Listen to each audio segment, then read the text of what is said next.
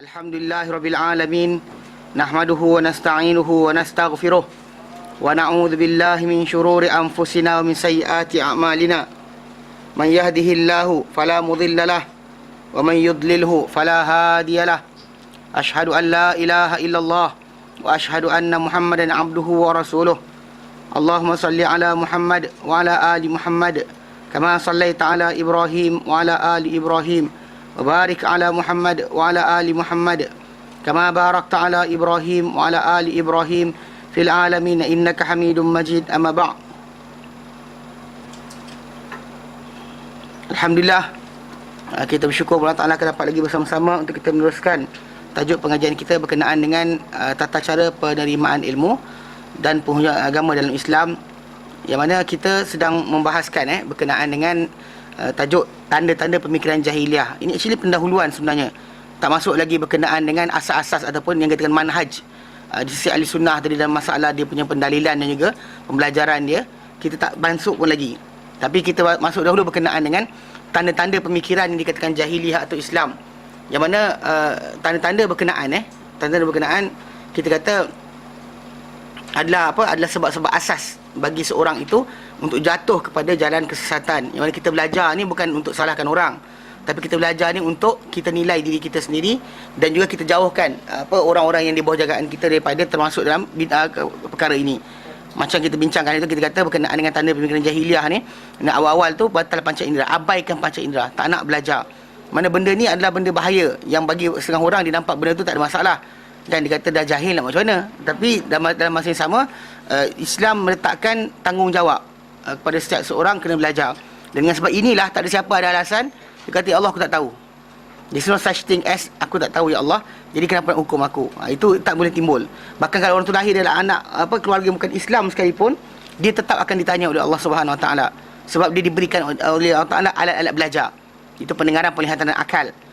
Dan dia tak gunakan saja benda-benda yang berkenaan, maka nescaya dia terus jadi layak untuk kena hukuman Allah Subhanahu Wa Taala, kerana diberikan benda tersebut menyebabkan kita lebih daripada makhluk-makhluk yang lain. Dia dilebihkan kita ke atas makhluk yang lain dengan sebab ilmu yang kita boleh pelajari dengan alat-alat berkenaan. Maka macam saya terangkan itu, saya kata ilmu ni dua bentuk. Satu bentuk yang Allah Taala berikan ilham, macam mana binatang-binatang semua reti, bina sarang dan sebagainya, tak pernah diajar, tak ada try and error. Kita manusia ni ada try and error. Jadi kita dua-dua ada. Macam ilmu yang ilham tadi tu, kanak-kanak erti berjalan, kan, kemudian tahu nak makan daripada arah mana dan sebagainya, tanpa dia dipaksa, bahkan dijadikan sebagai tabi'i pada diri dia. Itu adalah cara Allah Ta'ala ilham pada dia. Dia boleh berjalan, boleh meniru dan sebagainya, gerakan bahasa dan sebagainya, belajar bahasa, kan. Jadi benda tu tadi adalah benda yang ilham. Pada kita ada, pada binatang ada. Tapi satu lagi ilmu yang kita kata binatang tak ada adalah mendapatkan pengetahuan daripada orang lain, punya pengalaman. Ini khas untuk manusia saja. Bahkan kita sebut itu dalam hadis Sahih Muslim berkenaan perkara ini, apabila baginda Rasulullah menyatakan tentang Adam AS, apabila dia dijadikan, Adam diberikan Allah Ta'ala diberikan oleh Allah Subhanahu Wa Ta'ala satu cara belajar. Yang lepas dijadikan Adam, Nabi SAW ceritakan di mana dalam hadis berkenaan menyebut, Innallaha khalaqa Adam ala suratih. Allah Ta'ala ciptakan Adam atas bentuk rupanya yang siap. Tuluhu, tinggi dia ketika diciptakan, situ nazira'a, 60 hasta. 60 hasta.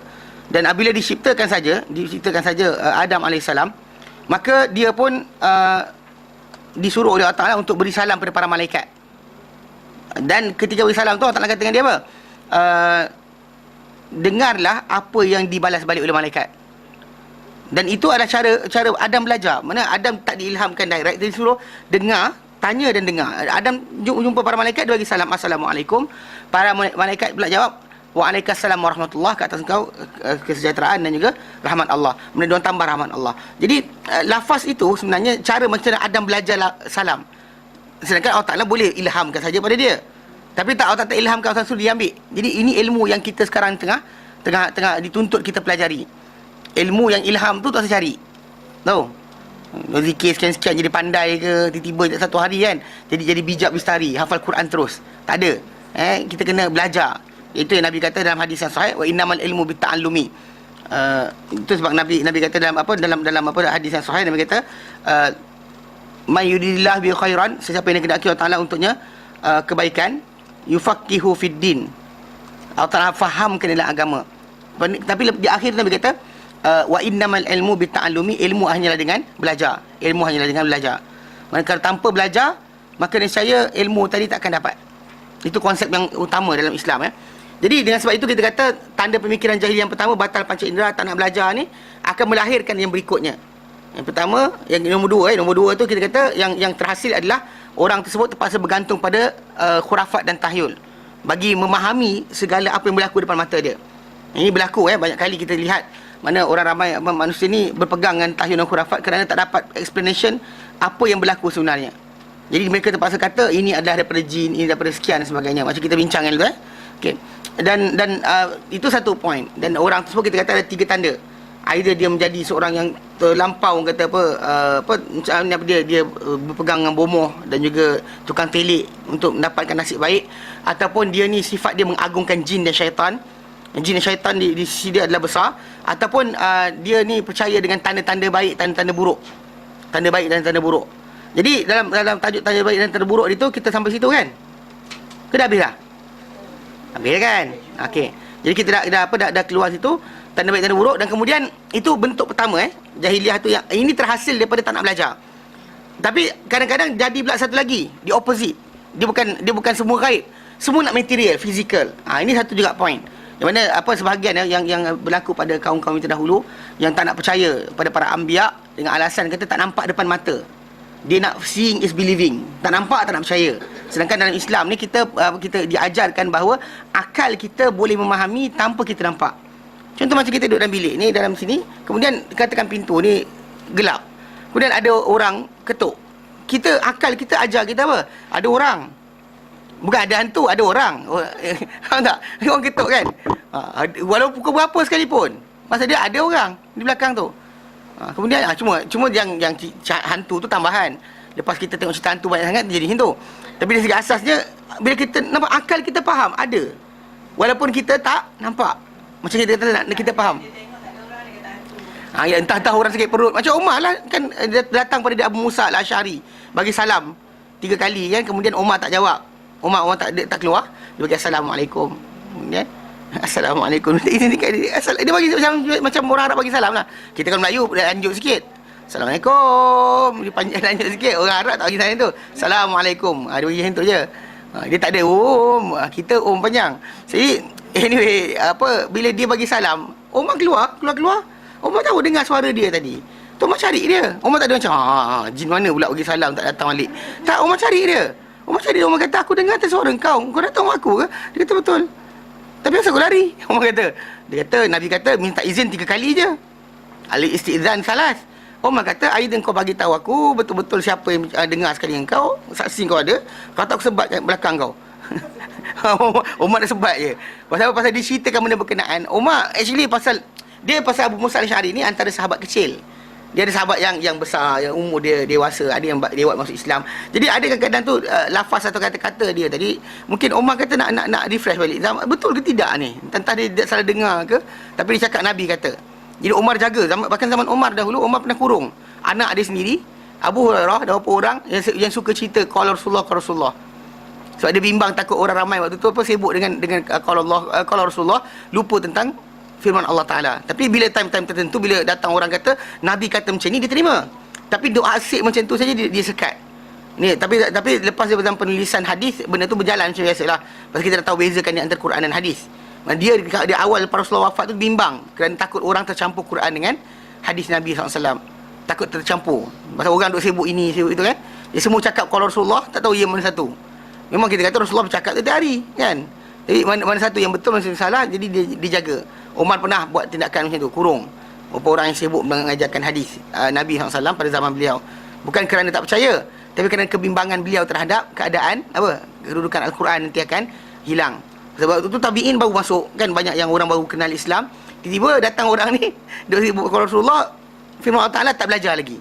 Tak belajar. Sedangkan nak kenal qala Rasulullah SAW tadi melalui pembelajaran Al-Quran kita terima. Tapi hanya kalau Rasulullah SAW tanpa belajar Quran, tak boleh lah.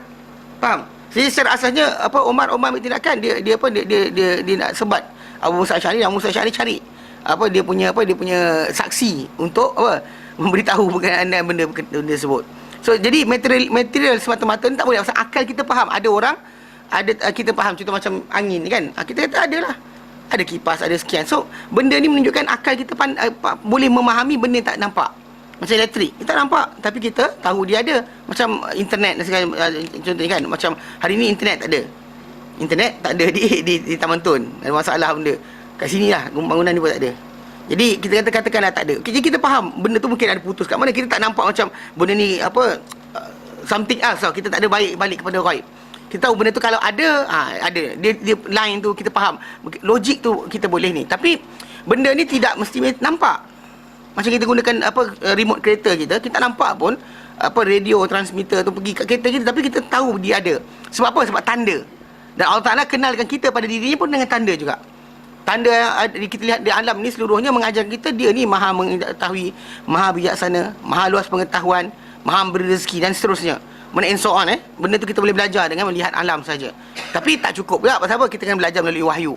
Apa yang dia nak daripada kita buat. So anyway, kita kata tak melebasi alam material ni juga tanda-tanda jahiliah. Dia hasil daripada tak nak belajar juga. Bila kita belajar, kita akan dapat logik dia. Bila kita tak belajar, dan kita akan mula start balik kepada either terlampau gaib ataupun terlampau fizikal. Okey. Baik. Hari ni kita masuk tajuk baru iaitu yang keempat. Yang keempat, tanda jahiliah yang keempat adalah mereka menolak bukti-bukti yang nyata dengan sebab taklid buta. Mereka itu orang yang ada pemikiran jahiliah ini, yang kita tak kata, kan macam kita terangkan itu, dia Muslim, dia mukmin, tapi dalam diri dia ada jahiliah. Macam Nabi kata pada Abu Dzar Al-Ghifari, Muslim, mukmin, tapi Nabi kata dengan dia, innaka mru'un fika jahiliyah. Kita bukan ulang ni untuk menghina dia, tapi kita nak ceritakan macam mana Nabi SAW memperjelaskan tentang tajuk bila dia berkata pada Bilal bin Rabah, wahai anak perempuan hitam. Nabi marah dia dan Nabi kata, adakah kau tak memadai memaki mak memaki dia, kau maki mak dia sekali, dan kau bergaduh dengan dia pasal mak dia masuk sekali. Tu maksud dia. Lepas tu Nabi kata dengan dia, engkau adalah seorang lelaki, seorang manusia, seorang individu yang dalam diri engkau ada jahiliah. So Nabi dia bukannya maksud dia terus jadi ni, dalam diri dia ada jahiliah. Macam juga kemunafikan. Dalam diri orang tu ada kemunafikan kalau ada salah satu tanda yang 3 atau 4 itu. Dia bukan munafik lagi, kita ada nampak orang tu menipu je, munafik tak boleh. Sebab dia ada tanda kemunafikan. Belum lagi tentu dia munafik atau tidak. Allah Ta'ala je tahu dia betul atau tidak. Faham Baik. Jadi di antara tanda-tanda kejahiliah, itu yang keempat, mereka menolak bukti-bukti yang nyata dengan sebab taklid buta. Taklid yang tercela berlaku dalam mengikut hanya semata-mata menerima keadaan apa yang diikuti. Ini dipanggil taklid buta. Taklid yang tercela bila mana orang tu mengikut keadaan, mengikut hanya semata-mata menerima keadaan apa yang diikuti. Mana dah macam tu ikut je lah. Dia macam tu. Macam pasal kita kata benda ni dibuat oleh para anbiya zaman dahulu bila mereka tegur kaum mereka. Kebetulan kaum mereka ni majoriti. Tu sebab masalah demokrasi ni tak jadi. Sebab kaum para anbiya, bila kita cakap atas zaman Islam pun, zaman Rasulullah SAW sendiri pun, para anbiya dan orang beriman ni minoriti, bukan majoriti. Jadi bila dia bertentangan dengan penguasa ke, dengan pembesar-pembesar kaum dia ke, dia ni adalah minoriti bukan majoriti. Macam Ibrahim AS, nanti kita akan baca dia bila bercakap dengan kaum dia seorang. Rasulullah SAW bila bercakap dengan kaum Quraisy, semua orang Quraisy terus atuk nenek Nabi SAW yang atas-atas buat benda apa yang orang Quraisy tengah buat waktu tu. Tapi macam mana kita kalau ikut logiknya, dah semua orang buat macam tu, apa hal kita kena berlari kepada keadaan lain? Dan ini sebenarnya hujah kepada orang-orang yang mengatakan bahawa agama ini rekaan manusia ataupun impian manusia untuk Tuhan. Bertuhan tu kerana kerana manusia ni ikut flow, tahu, arus. Ikut arus, go with the flow, dia akan ikut aja.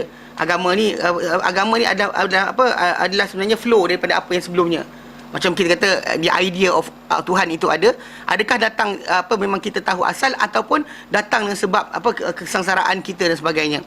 Tapi kita lihat dalam konteks apa yang berlaku pada para anbiya, mereka ini diwahyukan oleh Allah Taala dalam keadaan mereka ni minoriti, bukan majoriti.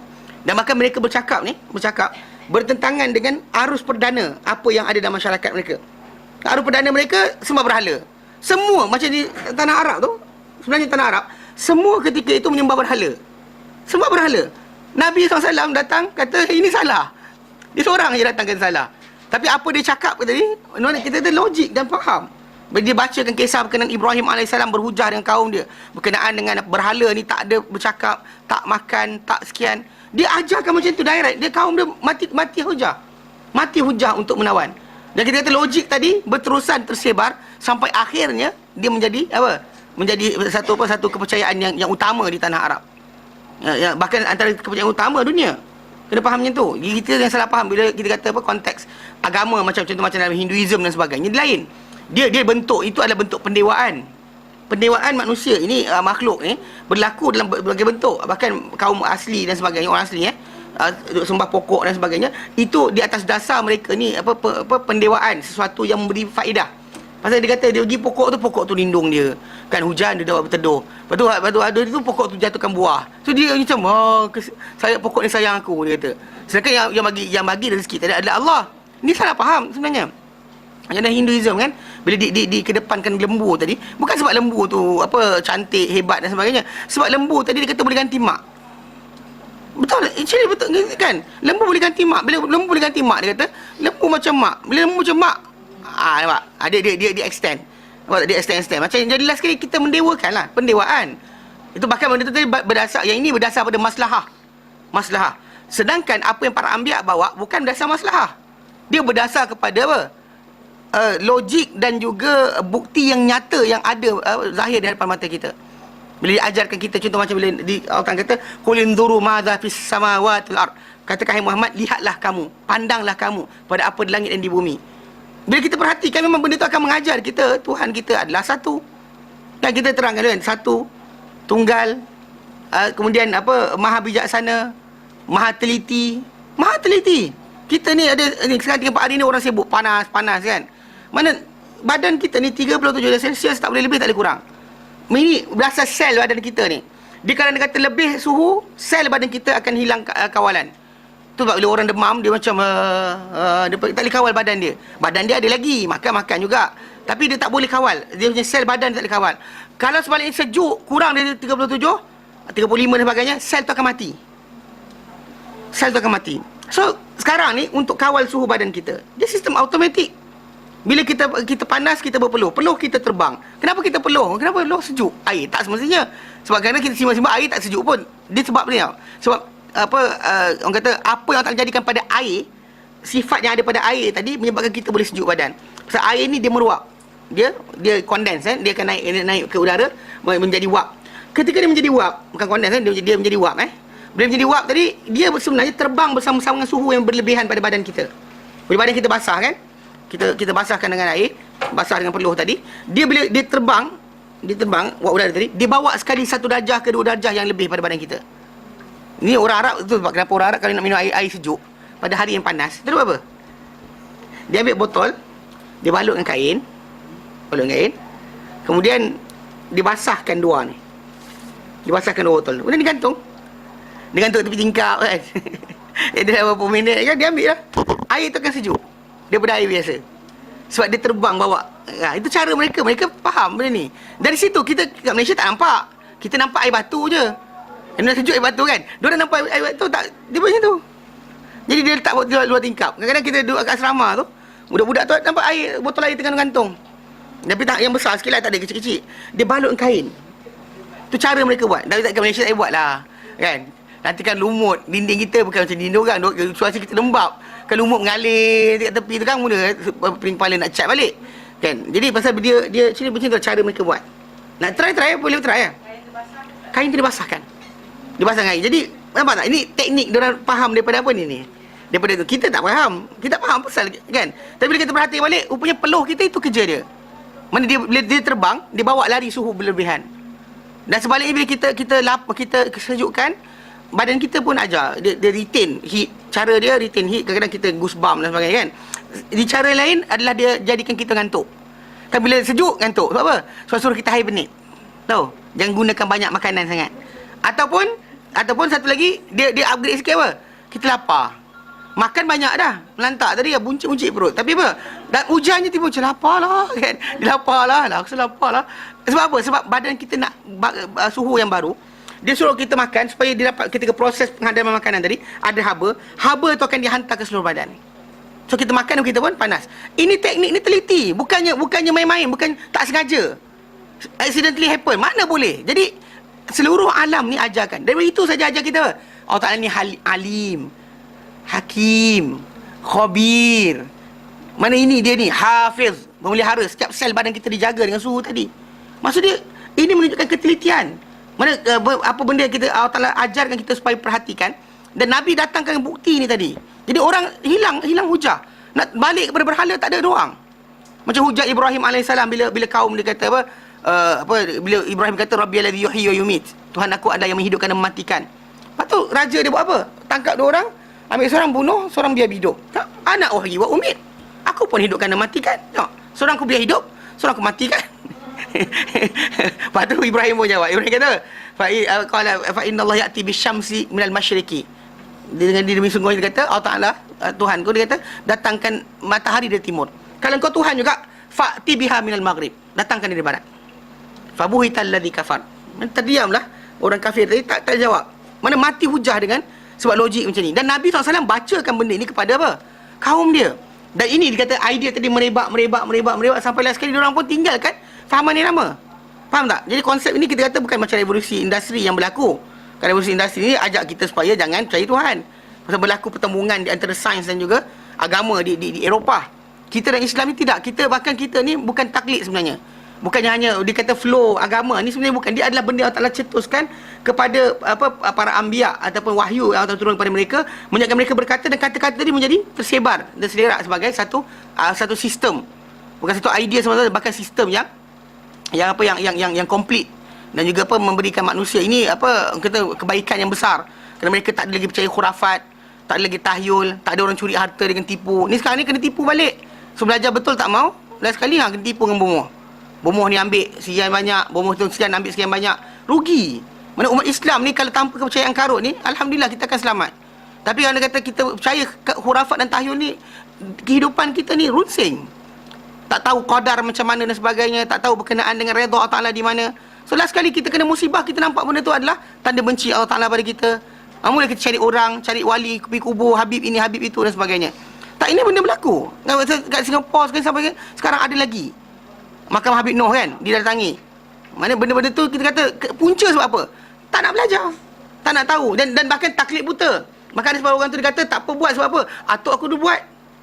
Faham tak? Ini paling bahaya. Pasal dia terima sahaja apa suasana yang berlaku tadi sebagai apa? Mesti diikuti. Keadaan ini diikuti Walau apa keadaan sekali dari keadaannya, dari kesahihan dan kefasadan. Mana sahih ke, fasad ke, rosak ke, betul ke, tak kisah, ikut je. Just follow, don't ask.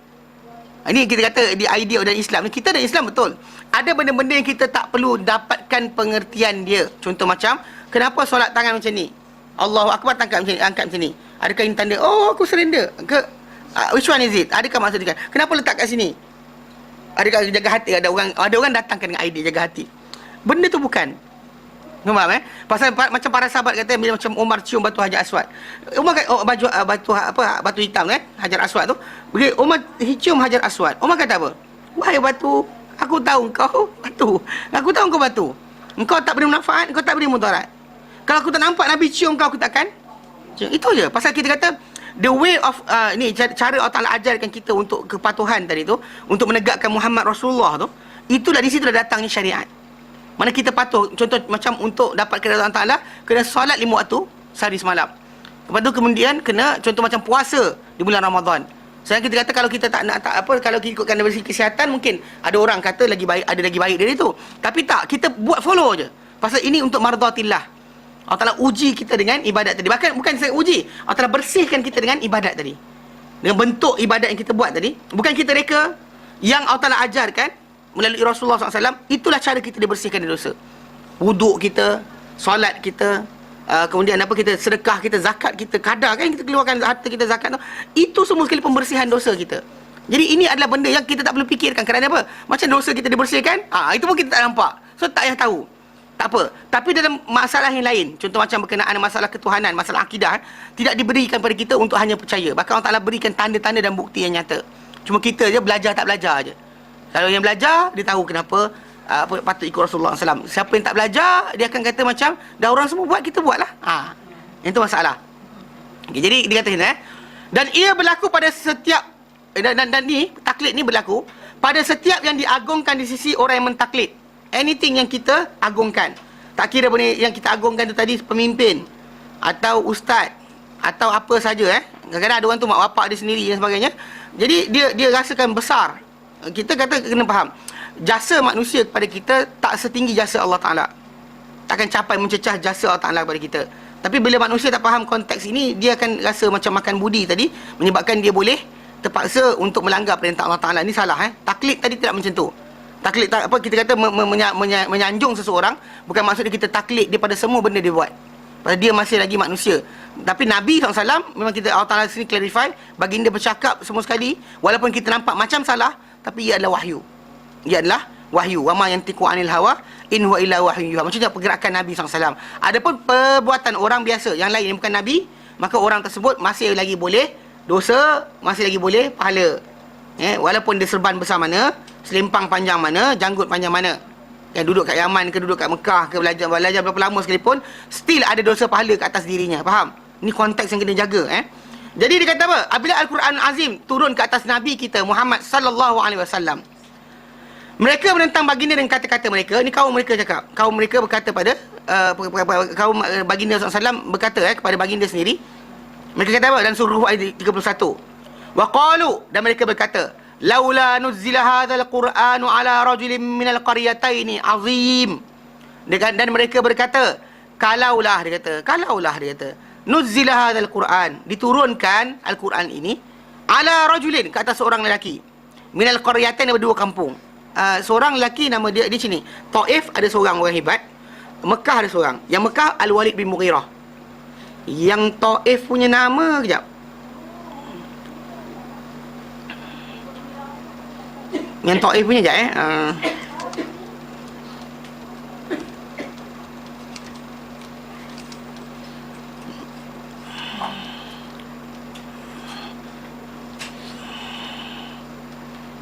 Mutabik. Dia dua orang ni. Okey. Al-Walid bin Mughirah di Mekah, dan di Taif Urwah bin Mas'ud. Jadi itu pengertian ayat tu. Jadi kita kata yang dimasukkan seorang lelaki tu siapa? Dua kampung tu mana? Okey. Yang lelaki yang dimaksudkan either dalam dua kampung tadi. Kalau di Mekah, yang dimaksudkan adalah Al-Walid bin Mughirah. Kalau sekiranya di Taif adalah Urwah bin Mas'ud. Ini dua orang yang orang-orang Arab ketika itu, Quraisy ketika itu kata apa? Kalaulah Al-Quran ini turun kepada seorang lelaki daripada dua kampung ni. Seorang lelaki daripada salah satu dua kampung ni. Ni saya azim. Hebat, dia kata. Hebat. Pasti benda tu besar. Pasal dia orang ada apa? Pengaruh ataupun taklid yang yang kuat kepada orang-orang berkenaan. Pasal Al-Walid bin Mughirah di mata mereka ni besar. Hebat, kaya, anak ramai. Kemudian harta banyak. Jadi diorang nampak orang ni sebagai apa? The most successful person. So kena tiru dia apa yang dia buat. So jadi kalau Al-Quran turun pada orang ni, dia kata pasti hebat. Ni turun Quran daripada apa? Nabi SAW, anak yatim yang harta tak ada. Kedudukan, nasab, keturunan terbaik. Tapi apa? Tapi harta tak ada, pengaruh tak ada. Jadi dia tak ada timbul masalah kedudukan yang besar di dalam masyarakat dia, kerana dia ada nak kedudukan sebagai orang yang jujur, tapi tak cukup jujur tadi ataupun amanah tadi untuk menyebabkan baginda SAW dinaikkan kepada kedudukan yang khas di sisi orang Quraisy. Tapi namun begitu kita kata kata-kata mereka ni punca sebab apa? Sebab mereka mengagungkan dua orang tadi. Kita macam kita kat sini lah, dekat yang taklim ke, kadang kata Ustaz adli lah segala-galanya, tak boleh, haram kata. Pasal dia manusia, boleh salah boleh betul. Ustaz Kariman ke mana-mana ustaz sekalipun tak boleh kita kata dia betul semua sekali. Tak ada. Bahkan dia manusia, boleh sekali kadang-kadang dia terlupa, kadang-kadang dia tersalah, dia tersilap, itu biasa berlaku. Dia bukannya nabi. Itu sebab kenapa kita kata tak boleh kita nampak seorang tu hebat maka semua dia cakap tu betul. Tak boleh. Ada benda betul, ada benda salah. Kita hormati dia tapi tidak kita agungkan dia. Tak ada kita takdis tau, takdis. Dia dalam di istilah tu, even di dalam kamus Dewan Bahasa Pustaka dipakai TAQDIS. Takdis dipanggil. Mana kita mendewakan seorang itu dalam satu konteks apa kepercayaan. Baik. Kemudian dia kata kesombongan mereka dan kemudian kesombongan mereka menghalang mereka daripada beriman kepada Nabi sallallahu alaihi wasallam dan mensyaratkan baginda agar menghalau orang-orang yang fakir dan lemah agar diagungkan oleh pembesar di dalam kemungkaran dan kemengisan mereka. Maksudnya lepas daripada tu, di samping mereka ni minta apa, dia taklid itu ada kan. Dia kata dia dah ada orang mulia di sini dia yang besar ni tadi. Jadi kesombongan orang-orang berkenaan menghalang mereka daripada beriman dengan Nabi SAW dan mensyaratkan kepada baginda agar menghalau golongan yang fakir dan lemah. Sedangkan baginda SAW banyak orang yang ikut baginda adalah orang yang fakir dan lemah. Dia itu sebab kenapa kita dalam Islam ni tak disuruh kita buat satu kumpulan hanya orang-orang tertentu, golongan elit saja ikut kita. Kan, profesional, doktor, profesor, bla bla bla ikut kita dan kita bagus. Tak, dalam Islam tak macam tu. Bahkan Nabi SAW yang ikut baginda kebanyakannya orang yang miskin dan orang yang lemah. Ini yang orang-orang yang kebanyakan orang biasa, bukannya orang yang berkedudukan besar. Itu sebab kenapa kita kata kita bukannya membina pengaruh. Kata baginda memang berkeinginan kalau boleh pembesar Quraisy masuk. Tapi Allah Ta'ala tak benarkan benda berkenaan. Bahkan Allah Ta'ala bina baginda SAW punya kumpulan para sahabat tu, kumpulan yang dibina mereka ni adalah daripada semua golongan. Bukan hanya golongan tertentu sahaja. Sekarang dia kata ada orang tu nak golongan tertentu saja untuk perbaiki masyarakat, dia salah. Dia patut benda tadi terbuka untuk siapa saja dan dia orang tu as long as memang orang tu layak maka terima. Jangan kita dia ni SPM pun tak lepas. Tak masalah. Bukan manusia kena faham itu pada sistem pembelajaran. Walaupun begitu kita kata dalam jabatan perkhidmatan awam kira, tapi dalam kehidupan keseharian kita menyelesaikan masalah masyarakat dan sebagainya, kalau idea dia bagus, ambil lah, apa masalah dia. Jangan kita kata macam dia bukan profesor. Jangan buat pasal ni salah. Jadi dia kata apa? Kenapa mereka tolak orang-orang macam ni? Supaya apa? Agar diagungkan golongan pembesar dalam kebongkakan dan kemengisan mereka, supaya pembesar tadi itu makin mulia. Faham tak? Makin diikuti. Supaya jadi bila Nabi datang, tak apa, tak ada hal datang, tapi dalam masa sama datangnya Nabi tadi janganlah menyebabkan mereka tidak ada kedudukan lagi. Kalau nak, kalau boleh kedudukan mereka terus kekal, berterusan ada, mereka terus diikuti dan juga dipatuhi dalam segala apa mereka kata. Dan itu sebab mereka tak lafazkan la ilaha illallah. Tu banyak orang tak faham. Kita kata lafaz tu pendek je. Kalau kita bagi kan, apa nak bagilah. Tapi kenapa diorang berkeras tak nak lafazkan? Hatta kita buat Nabi SAW pun malu nak melafazkan kata-kata tadi. Sebab kata-kata tadi dia ada tanggungjawab. Antaranya adalah kita kata tiada Tuhan melainkan Allah Ta'ala, maksudnya dan pentadbiran dalam urusan hukum dan sebagainya hanya milik Allah Ta'ala. Sedangkan orang-orang Quraisy dahulu, pembesar mereka merasakan mereka ada hak untuk menentukan apa baik, apa salah, apa yang boleh, apa yang tak boleh, apa untuk orang datang haji kan, apa yang dibenarkan, apa tak dibenarkan. Mereka ada sistem sendiri. Sekarang dia kata tiada Tuhan melainkan Allah Ta'ala, maksud dia kena serah hak utama dalam hukum tadi kebalik pada siapa? Kepada Allah Ta'ala. Dia tak nak. Dia tak nak benda tu. Dia nak kalau boleh pengaruh kuasa mereka menentukan halal haram tu kekal. Jadi bila Nabi datang mengajarkan la ilaha illallah, mereka tak nak terima. Walaupun benda tu lafaz tu pendek, tapi mereka kita kata dignity dia orang tinggi. Harga diri dia orang tinggi, dia tak nak lafazkan. Pasal dia orang rasakan benda berkenaan kalau dia lafazkan, maksudnya dia orang kena patuh kepada apa yang dibawa oleh baginda SAW. Itu masalah yang timbul. Dan Allah Ta'ala berfirman dalam Al-Quran, wasbir nafsaka ma'al ladzina yad'una rabbahum bil ghadati wal 'ashi yuridun wajhah. Sabarkanlah dirimu hai Muhammad bersama orang-orang yang menyeru Tuhan mereka pada awal pagi dan juga awal malam, yang mereka mahukan wajah Allah. Wala ta'du aynaka anhum, yang kamu palingkan pandangan mata kamu daripada mereka. Turidu zinatal hayati dunya, kerana kamu inginkan perhiasan kehidupan dunia. Mana nakkan supaya apa benda dunia ni kamu tinggalkan mereka, jangan. Wala tuti' man aghfalna qalbahu an dzikrina, yang kau ikut hai Muhammad sesiapa yang kami lalaikan hati dia daripada mengingati kami. Wattaba'a hawah, dan juga mengikuti hawa nafsu dia. Wa kana amruhu furuta, dan adalah urusan orang-orang macam tu adalah melampaui kebenaran. Melampau, semuanya melampau. Jadi mereka ni tak boleh kita ditaati, tak boleh kita ikuti dalam segala tindak tanduk mereka. Hatta kalau mereka minta benda berkenaan, tak kita berikan. Jadi Nabi sendiri macam tu. Dia syaratkan untuk iman, ikut kami punya permintaan. Benda Nabi tak terima. Dia unconditional. Iman. Tak perlu saya akan beriman kalau, tak ada kalau. Tak ada kalau-kalau Baik. Jadi bila kita lihat macam ni, taklid ni kira kata bentuk ni adalah di antara benda tercela sebenarnya. Tapi dalam Islam kita kata dalam masalah orang awam yang tidak faham agama, mentaklid para ulama dalam masalah ibadah dan juga akidah dan sebagainya, dikatakan jumhur para ulama kata boleh. Tetapi sebenarnya benda ni berat, berat. Pasal benda ni pendapat ni kita kata memanglah orang tu taklid benda yang fitrah. Dan bahkan ramai para ulama kata taklid dalam masalah apa, dan dalam apa mengikut orang yang alim tadi tak apa. Tapi ada masalah sebenarnya. Kerana apa? Kerana taklid ini mengajarkan sebahagian orang tak nak belajar. Dia blok awal. Maksudnya dia tutup pintu pembelajaran dia sebab dia tak nak tahu pun kenapa. Macam kadang-kadang saya pernah kena macam ni, bila saya terang pada orang, dia tanya soalan dan sebagainya, saya baca, saya terangkan hadis Nabi dan sebagainya. Dia kata, "Ustaz, jangan cerita hadis Nabi ni." Dia kata, "Saya nak tahu boleh ke tidak je." Dia tak nak tahu kenapa, dia cuma nak tahu boleh ke tidak. Bila kita ajarkan macam ni, ini jadi mazhab sebenarnya. Maka mazhab antara timbul mazhab ni sebab antara orang punca dia, selain daripada masalah dulu para sahabat ramai dekat satu tempat, sikit satu tempat, ataupun para sini hadis banyak, sini kurang hadis, macam Madinah dengan Kufah kan. Dulu di Madinah ini dikenali sebagai madrasah ahli hadis. Madrasah ahli hadis di Madinah. Pasal para sahabat ramai di situ. So, jadi bila kita kata apa benda yang nak dilakukan oleh mereka, rujukan hadis itu banyak. Tapi bila pergi ke Kufah, sahabat Nabi di sana sikit. Itu sebab kenapa orang-orang di sana bila beramal dan sebagainya, diorang ada masalah sikit pasal dia punya rujukan kecil. Bila kecil, itu jadi kadang-kadang ada benda-benda yang tak tertanya ketika sahabat Nabi itu hidup. Last sekali menjadikan diorang gunakan akal untuk memahami dalil. Ataupun untuk mengeluarkan hukum kadang-kadang, dalil tu dia tak pakai sangat. Dia kurang menggunakan dalil, kuat menggunakan akal, logik, more onto logik dan apa yang datang dalam wahyu. Ini kita kata antara punca lah. Dan juga kadang-kadang ada hadis yang sahih di sisi sebagian para ulama, kemudian dhaif di sisi yang seorang lagi. Kemudian kalau kadang-kadang ada yang tu pemahaman dia berlainan. Contoh macam bahasa Arab kan, contoh macam wamsahu biru'usikum, dalam surah Al-Maidah ayat ke-6, sapulah pada kepala kamu. Soalan, pada tu macam ni ke atau macam ni? Semua sekali ke? Pada tu pada seluruh ke sikit? Yang faham pada tu pada sikit, dia sapu sikit lah. Yang faham pada tu maksud dia seluruh lah. Tapi yang lebih kuat adalah siapa yang tunjukkan dia ikut apa yang Nabi tunjukkan. Bahkan Nabi sebenarnya tak ada dalam hadis yang datang Nabi hanya sapu sini. Kalau Nabi sapu atas ni, Nabi sapu atas seban baginda SAW.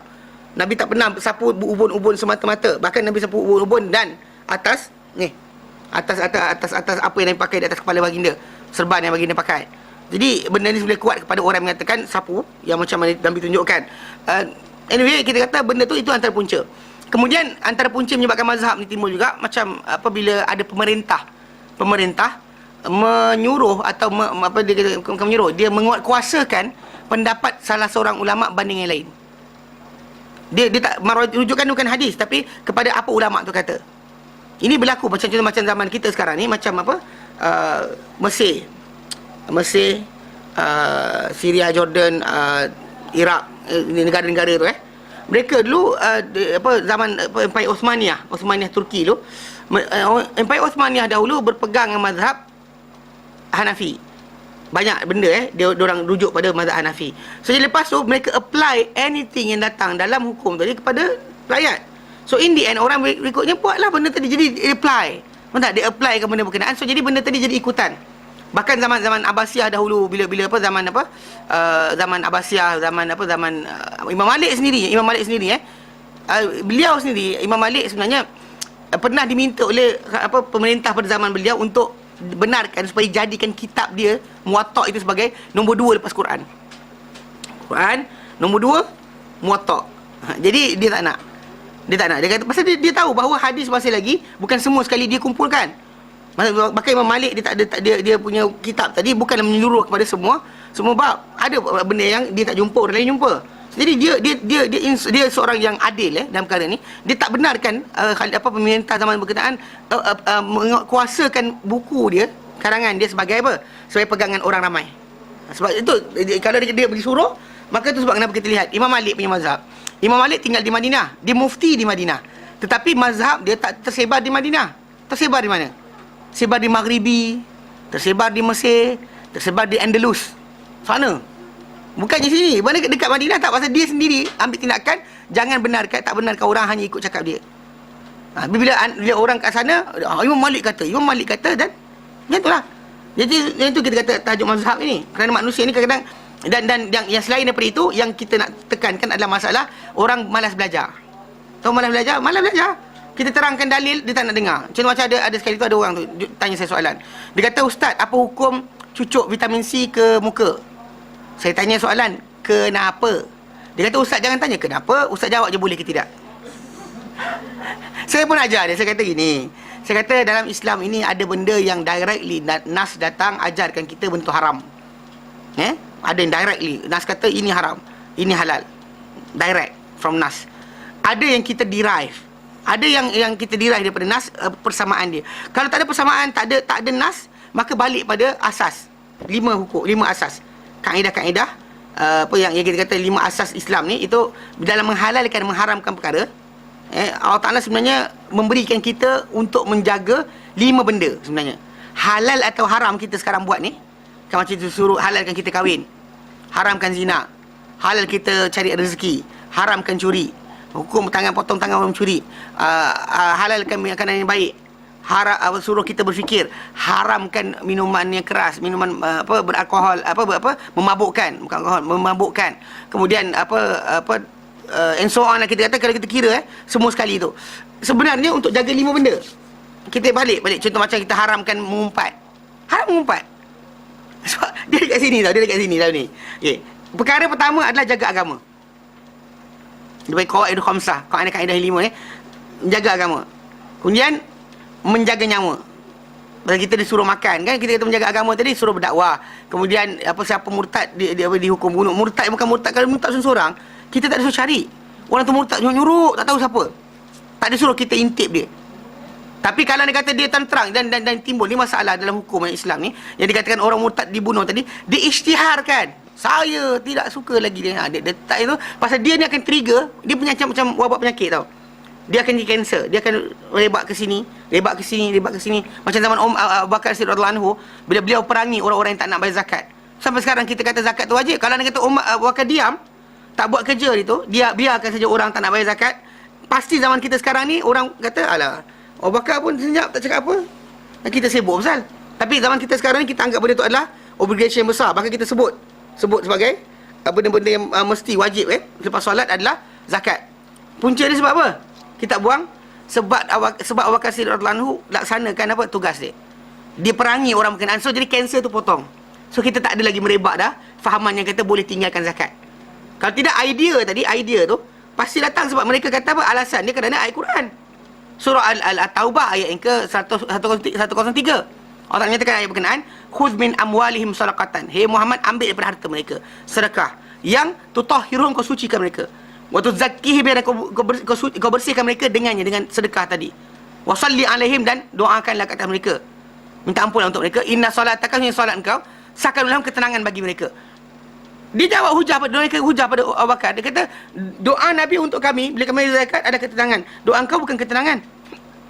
Alasan dia, kalau kita macam valid. Tapi Abu Bakar Siddiq tak pandang langsung apa dia orang cakap. Dia terus keluar kat tentera, serang. Pasal apa? Pasal dia kata, kalau anda kata benda ni terbuka, kita faham kalau terbuka benda ni, saya hari ni semua benda kita tinggalkan. Masih lagi ada terjaganya Islam ni dengan sebab apa? Tindakan Abu Bakar Siddiq memerangi orang mengaku Islam tapi tak nak laksana Islam. Terang-terangan. Memang masalah. Mengaku Islam, mengaku Muslim, tapi solat dan sebagainya, tapi tak nak bayar zakat. Dia buang salah satu rukun Islam. Dan dia keluar Islam. So jadi atas nama pemerintah dia gunakan kuasa dia.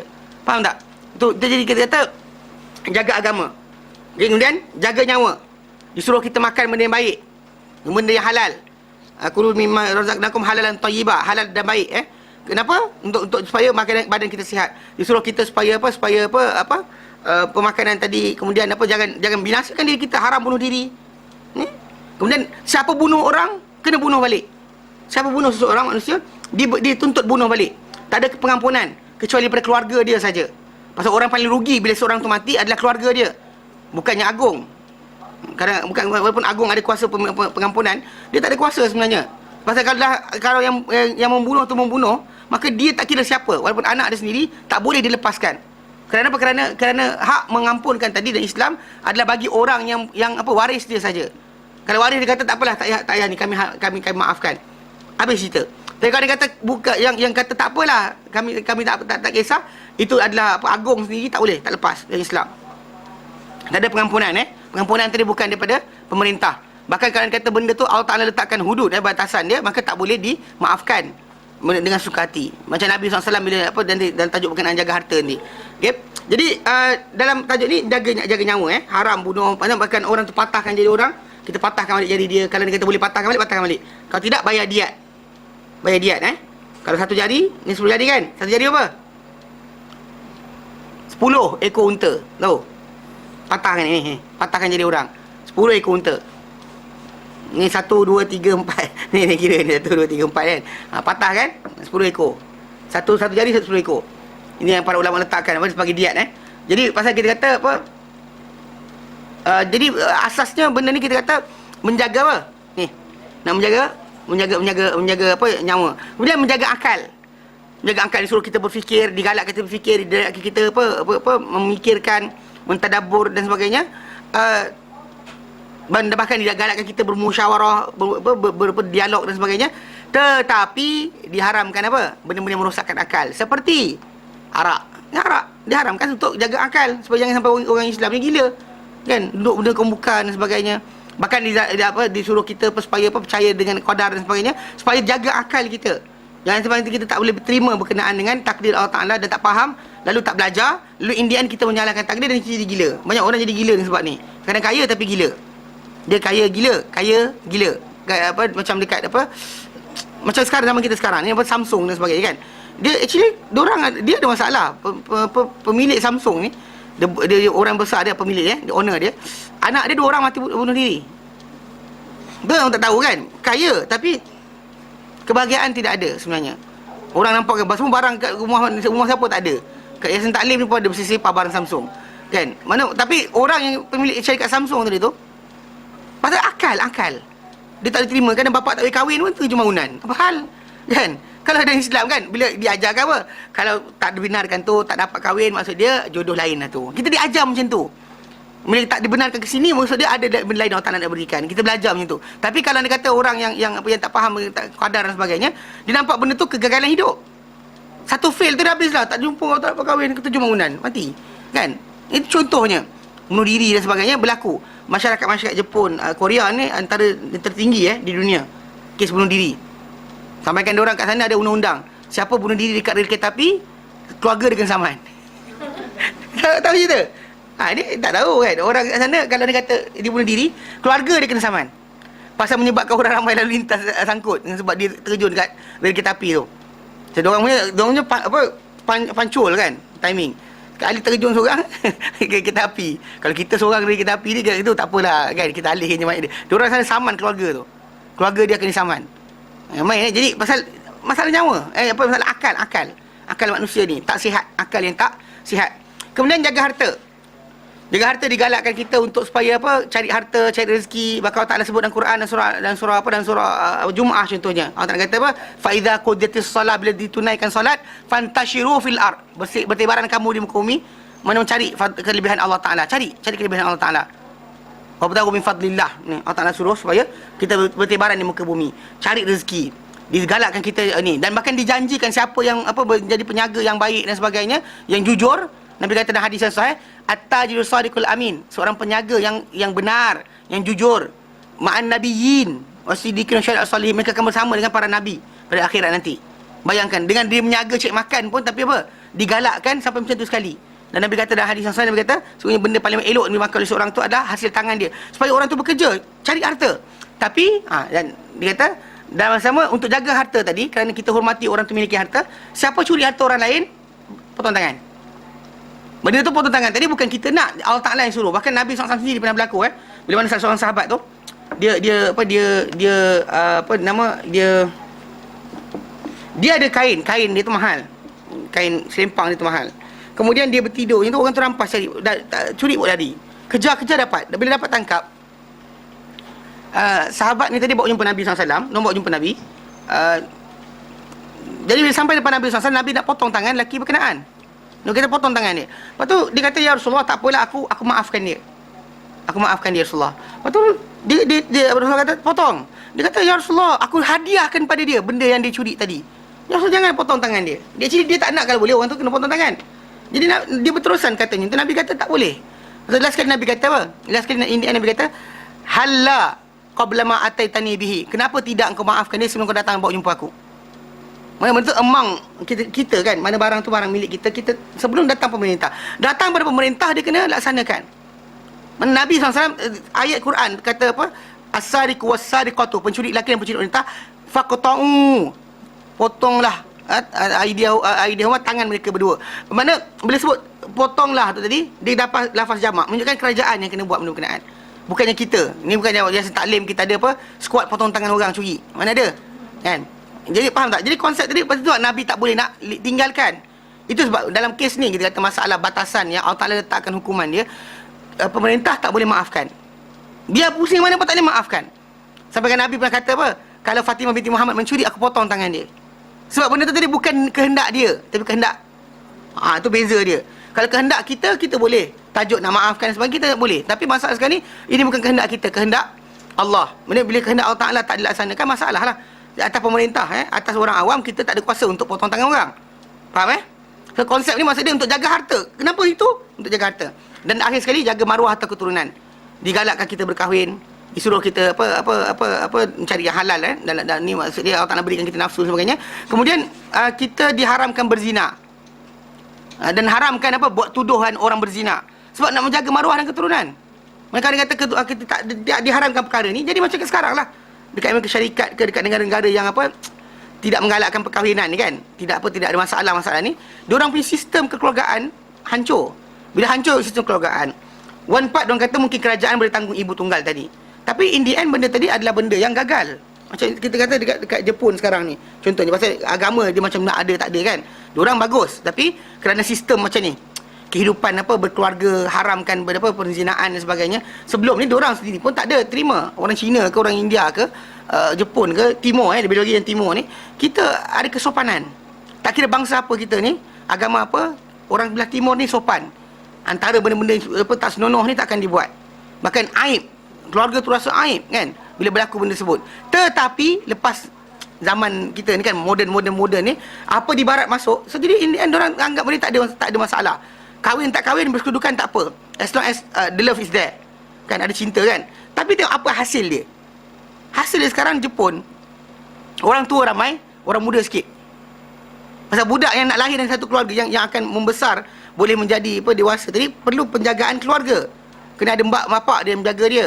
Pasal anak itu sebab dia kata bila anak yatim tadi, kita bukannya anak ni kena lahirkan ramai kemudian dibiarkan jaga macam anak ayam kan. Anak ayam pisah dari ibu tak apa, kita bagi dia makan dedak, dia boleh besar dan sebagainya. Tapi anak manusia tak boleh. Dia perlu interaksi. Dia perlukan interaksi. Dia perlukan untuk jiwa dia betul membesar, tak jadi sewel, tak jadi sekian, perlu perhatian ibu bapa dan sebagainya. Ni kalau kata kita letakkan dia semua lahir masuk dengan umat yatim ni kan, apa masalah dia? So rakyat kita tetap cukup? Tak cukup. Bahkan di Jepun sama masalah tu. Singapura contohnya pun sama juga. Kalau pasal rezeki kan, bahkan Islam tu kata biarkan anak ramai. Datang dia kata jangan, nanti makanan tak cukup, dia kata. Macam dia bagi makan kepada rakyat dia.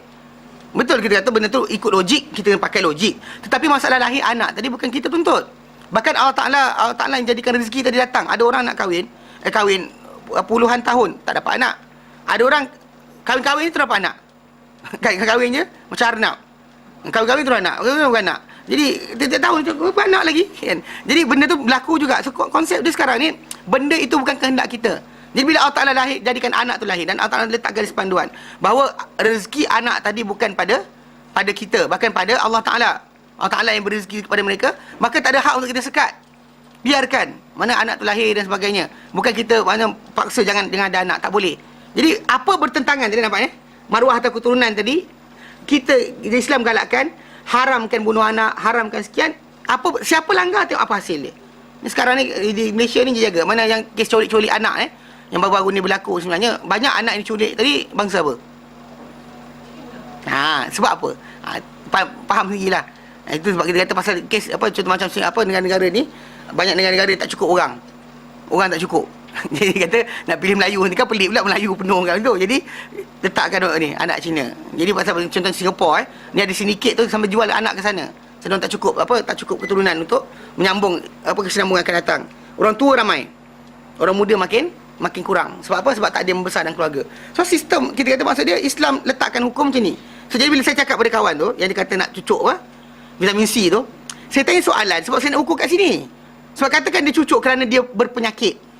Kenapa cucuk? Sebab ada penyakit. Kalau tak cucuk nanti muka dia jadi kecut gitu, macam buah pelam kering. Kan? Buah asam boy kering. Bimbang macam tu kan, dan sebagainya, bahkan jadi hodoh. Tak apa. Tapi ini tak ada, bukan nak jadi muda je. Muka tak ada benda, tak ada tambah benda pun, cuma jadi muda. Tak boleh lah macam tu. Pasal bahkan kita kata benda tadi bila dicucuk, saya kata akan menyebabkan masalah agama. So apa dia kata agama? Saya kata orang tu akan ingat tak mati. Kata tak ada depan cucuk, tak pernah, muda lagi aku, dia kata. So tak pernah fikir nak mati. Bila Allah Ta'ala berikan kedut, berikan mata kita rabun, berikan mulut, Allah, ada apa? Macam-macam benda lah kan. Benda-benda tu tadi, pigmentation berlaku dan sebagainya, untuk bagi tahu kita anda dah dan dekat nak mati dah sebenarnya. Supaya kita fikir ada uban dan sebagainya. Maksud dia kena ingat-ingat. Datang kita tak nak benda berkenaan, nak hitam semua, nak colour sekian, nak kenapa kan? Saya kata jadi dari segi asasnya benda tu merosakkan agama dia. Betul dia diam. Dia tak ada cakap apa, tapi saya kata itulah cara dia. Dalam Islam kita nak ajar seorang kalau boleh, bukannya setakat kita bagi tahu dia boleh tak boleh. Ni ada saya tengok ada seorang ustaz dalam YouTube. Dia kata bukan kita nak kita nak tarik orang, bukan orang muda-muda ni supaya patuh pada Islam. Kita kata halal haram saja mana cukup. Kita kena ajar dia patuh pada Nabi, patuh pada Allah Taala. Kadang-kadang kita duk kata ada ulama kata boleh, ada ulama kata tak boleh semata-mata tanpa terangkan dalil, dia masalah. Bahkan ini adalah taklid sebenarnya. Taklid Cuma para ulama dahulu kata taklid orang yang alim, yang bagus, ahli sunnah wal jamaah, tak apalah. Tapi namun begitu sebenarnya kita dituntut untuk belajar. Padahal kalau kita tersilap, tersesat, kita tak ada hak untuk kata, ya Allah, dia ajar aku. Dia tak ada bangau-bangau tau. Depan Allah Ta'ala tak ada bangau-bangau. Tahu? Kenapa kau kurus? Macam tak kurus? Ikan tak timbul. Ikan kenapa tak timbul? Rumput panjang sangat. Rumput kenapa panjang sangat? Kebau tak makan. Dia tak ada benda tu. Dia tak ada hak untuk sesiapa berkata, ya Allah, dia tunding jadi pada orang hari nanti. Hatta pada syaitan pun syaitan nak anabari. Syaitan berkata, aku lepas diri, aku tak ada kaitan. Aku sesatkan kau, aku kempen saja, kau ikut. Aku tak paksa kau. Mana kau ikut aku, kau salah sendiri. Maksudnya konsep ni tadi, maksudnya orang yang tak berpengetahuan wajib cari pengetahuan. Pasal antara trigger yang pertama adalah dia nak mardhatillah, redha Allah Ta'ala. Redha Allah Ta'ala dia diperolehi daripada wahyu yang Allah Ta'ala turunkan. Kau dia tak nak belajar, duduk diam je. Ustaz tu betul lah tu. Ustaz takkanlah ustaz tipu, kan? Masalahnya benda tu bukan alasan dia. Dia boleh belajar. Kan kalau nak meniaga MLM tu beria. Masuk kursus lah, masuk sekian lah. Keusahawanan. Beria masuk kursus, masuk sekian. Nak jual MW dan sebagainya. Beria. Diamond, kan? Benda tak, emerald. Dia buat, belajar masuk kursus. Tapi bila nak tahu tentang apa, syurga, neraka ataupun redha Allah Ta'ala hari akhirat nanti kepada dia berlaku atau tidak, tak nak belajar. Dia memadai dengan ada orang kata okey lah tu. Oh, tak boleh. Ni paling bahaya sebenarnya. Jadi dia kata apa? Dia kata Al-Quranul Azim, Quran yang agung, telah mengisyaratkan kepada 3 bentuk taklid yang tercela. Dia ada 3 bentuk taklid yang tercela ada 3 bentuk. Dia bukan satu, ada 3. Kalau saya sebut 1 dan 2 tu mungkin tak ada masalah. Tapi ada salah satu saya sebut tu nanti semua orang akan pening kepala. Sebab benda tu orang tengah buat sekarang. Okey. Mengagungkan, mentaati bapa dan juga datuk moyang. Mana bapa-bapa datuk moyang tu diagungkan, mentaati mereka. Pengagungan mentaati datuk moyang. Orang-orang musyrik dahulu menolak dakwah Nabi sallallahu alaihi wasallam dengan sebab ikutan mereka terhadap bapa-bapa mereka dan berpaling mereka daripada kebenaran. Dan bahkan bila Nabi ajak mereka pada kebenaran, mereka kata apa? Allah Ta'ala kata dalam surah Zukhruf ayat 23, bal qalu, bahkan mereka berkata, inna wajadna aba'ana ala ummatin, sesungguhnya kami dapati bapa-bapa kami atau nenek kami ala ummatin, di atas satu laluan, satu jalan, satu ikutan.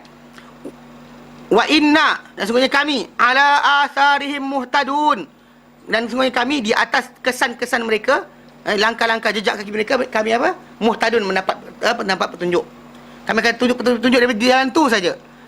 Allah kata apa? Wa kadzalika ma arsalna min qablika fi qaryatin min nadhirin, dan demikianlah hai Muhammad, tidak kami utuskan sebelum daripada engkau pada mana-mana kampung sebarang utusan kami, sebarang pemberi peringatan kami utuskan, illa melainkan qala mutrafuha, berkata orang-orang yang mendapat nikmat banyak dalam tempat berkenaan. Biasanya yang bercakap ni orang yang ada. Orang yang tak ada, yang lemah, yang tidak tak ada pemilikan dan sebagainya, diorang akan biasa mudah nak dengar cakap. Tapi biasanya orang ada pangkat, CEO ke, orang ni ke dan sebagainya, dia payah sikit. Pasal biasa bawah dia kan 25,000 orang, 3,000 orang bawah dia kan. I have 3,000 under me, dia kata. Dia bangga sangat. Tapi orang ni memang payah. Sebab dia rasakan selama ni orang taat pada dia. So tiba-tiba ada orang kata jangan taat pada dia, masalah. Jadi dia orang akan awal-awal lagi kata apa? Inna wajadna aba'ana ala ummatin. Kami dapati bapa-bapa kami di atas satu apa?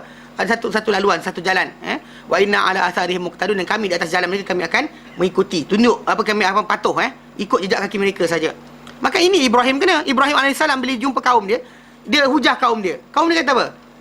Bila Ibrahim kata ma hadhihi tamathilul lati antum laha akifun. Apa berhala-berhala ini yang aku dapati kamu semua duk iktikaf dekat berhala ni. Kenapa? Kenapa berhala-berhala ni? Ya, apa berhala-berhala ni? Ma hadhihi tamathil. Apa patung-patung ni? Jadi Ibrahim kata macam tu.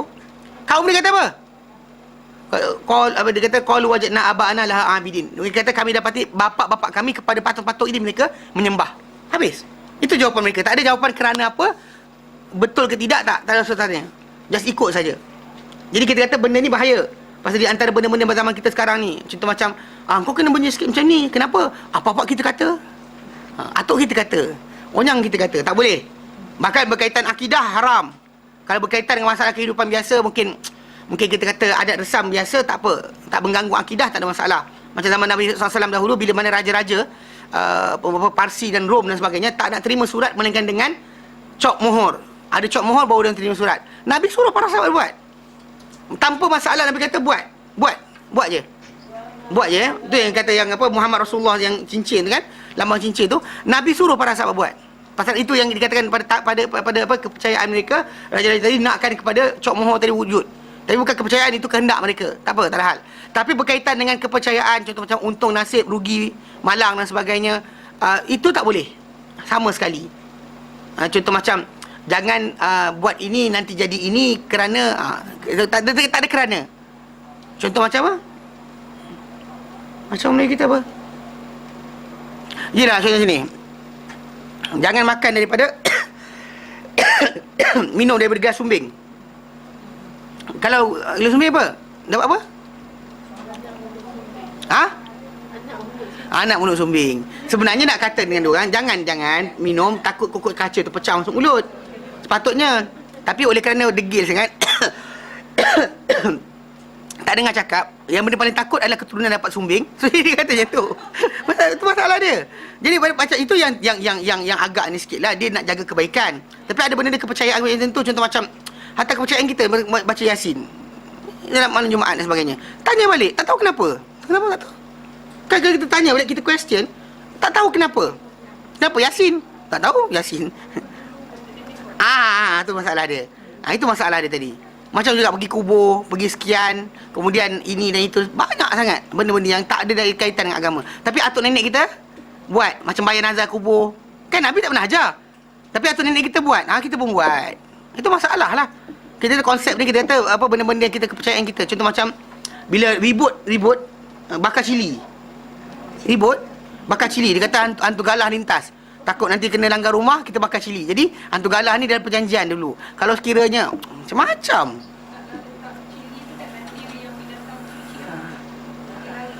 Itu pasal dia pedih.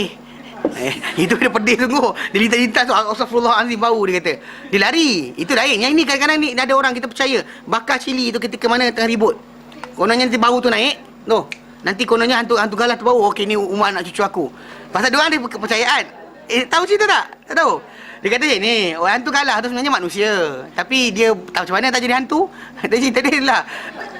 Jadi dia buat perjanjian dengan anak cucu dia. Dia kata kalau atuk lintas nanti, atuk akan lintas. Kalau dia kata atuk langgar lah, apa saja dia pematuk. Tapi kalau sekiranya anak cucu atuk kena bakar cili. Jadi dia orang bakar cili lah. Itu cerita dia orang Melayu kita. Lepas tu contoh macam bila pengantin nak kahwin, tak nak hujan turun, campak baju atas bumbung. Campak atas bumbung biasa boleh lah. Bumbung flat, campak mana? Kan? Bumbung flat kan? Nak atas tu campak atas bumbung orang. Kat Oning Kalau ada Oning, kata ada Oning, masuk semua orang. Tak apa pasal orang tu kata, datang mana baju ni. Tu konsep dia kena jaga. Mana dalam Islam tak ada kepercayaan tadi. Ini, itu dan sebagainya. Tidak ada. So, dalam Islam, benda tadi tertolak. Atuk nenek kita, apa dia ajar kita, dari segi adab dan sebagainya, silakan. Tak ada salah. Tapi bila berkaitan kepercayaan, keagamaan, akhirat, syurga neraka, benda ghaib, benda ghaib, untung, nasib, rugi dan malang, tak boleh. Tidak sekali-kali, ni bahaya. Kita ikut juga masalah. Dan dalam ayat yang lain, dan surah Al-Baqarah ayat 170, Allah nyatakan, wa idza qila lahum ittabi'u ma anzalallah, dan bila dikata pada mereka, ikutlah kamu semua apa yang diturunkan oleh Allah, qalu, mereka berkata, bal nattabi'u ma alfaina alaihi aba'ana, bahkan kami akan ikuti apa yang dibiasakan oleh kami, dibiasakan oleh kami ke atasnya, oleh siapa? Oleh bapa-bapa kami. Bapa-bapa kami dibiasakan tunjuk kami macam tu, maka itu kami akan biasakan. Allah Ta'ala kata apa? Awalau kana aba'uhum la ya'qiluna syai'an wa la yahtadun, akan mereka nak kena ikut juga bapa-bapa mereka sekalipun mereka tidak mengetahui satu benda dan juga tidak mendapat petunjuk. Nak ikut juga ke soalan? Allah tak tanya macam tu. Mereka tak ada nabi yang mengajar mereka, kita nak kena ikut juga ke soalan? Allah tak tanya balik kepercayaan-kepercayaan tadi. Macam di sisi orang Cina, dia kata warna merah untung dan sebagainya. Dapat mana? Jadi tak ada ikut lah. Benda tak boleh ikut. Benda tu kalau kita kata kita ada apa, katakan kita ni keturunan darah apa Cina dan sebagainya. Warna merah tadi ada ong. Tak ada ong pun sebenarnya. Merah ke hijau ke kelabu kau tak lain letakkan. Bahkan putih dan Nabi warna Nabi galakkan. Tapi ialah warna putih semua sekali kotor lah pula. Dapur-dapur letak warna putih pun pening kepala kan. Putih cerah gitu kan. Itu kelabu hitam dan sebagainya, sebab apa? Asap kan. Jadi banyak benda tadi kena jugalah. Tak boleh kita restrict pada satu benda. Pasal semua warna tu milik Allah Ta'ala jadikan, terimalah. Kecuali benda tu menyerupai orang kafir. Adapun kalau tidak, tak ada benda tu. Ni ada je kes saya ingat. Apa dekat Kelantan saya buat apa pameran mukjizat Quran. Kita letak background apa slide show tu, letak warna hitam supaya bila gelap kan dia nampak teranglah benda yang keluar tu. Ada tu warna biru, cerah sikit. Tu dia kata nak semua warna hijau. Saya kata salah diorang dia kata. Ni masalah taksub pelik lah. Kenapa warna hijau ke kelabu ke biru ke Allah Ta'ala cerita kan? Kan janganlah mengarut macam tu, saya kata. Kita marah lah, kata mana boleh tukar macam tu, saya kata. Nak warna hijau semua, saya kata. Mana boleh? Apa yang hijau lah. Kalau slide show kami buat hijau lah. Tapi hijau ni actually colour yang kita letak dalam slide show tu dia hilang, tenggelam. Pasal dia tak kontras sangat. Untuk timbulkan apa font tu, apa tulisan tu. Dia mantai nak hijau juga. Macam masalah betul lah. Ini masalah lah ni. Kan kenapa hijau? Ikut-ikutan je. Kan? Semangat lebih-lebih. Kalau kita tanya hukum tak tahu langsung. Tapi kan macam ni lah. Takbir dia kata. Takbir je. Tanya hukum mampus tak tahu. Ni masalah. Kadang-kadang kita kata golongan profesional yang kadang-kadang terlibat. Pasal yang saya berhubung tu dengan golongan profesional lah. Doktor tu dan sebagainya. Diorang ni ialah tak belajar agama. Tapi kadang-kadang semangat lebih sangat. Benda-benda hukum halal haram tu dia ikut kepala dia je. Tak boleh macam tu dalam Islam. Kita benda halal haram ni balik pada Allah Subhanahu Wa Taala, balik pada dalil. Bukan kita nak angkat diri kita. Tapi setiap kali mana benda tu berlaku, apa suatu benda, contoh macam apa bangunan runtuh kan dan sebagainya. Kita panggil arkitek, kita panggil jurutera, kita panggil ustaz. Tahu? Kan? Sebab apa? Sebab itu pakar dia. Contoh macam kereta, enjin kita rosak, kita panggil mekanik, tak panggil apa juru ukur bahan. Kan? Kan juru ukur bahan. Kenapa? Juru ukur bahan ni pandai. Walau pandai sekalipun. Kita tak boleh, kita kena mekanik, panggil orang yang pakar berkenaan mechanical, bukan panggil electrical. Kalau orang pandai electrical, kita nak buat electrical, kita panggil pula apa orang yang pandai tukang besi. Tak kena lah pasal benda tu. Dan masalah agama ni berdasar pada dalil, balik pada nas Quran dan hadis, balik pada orang yang belajar lah.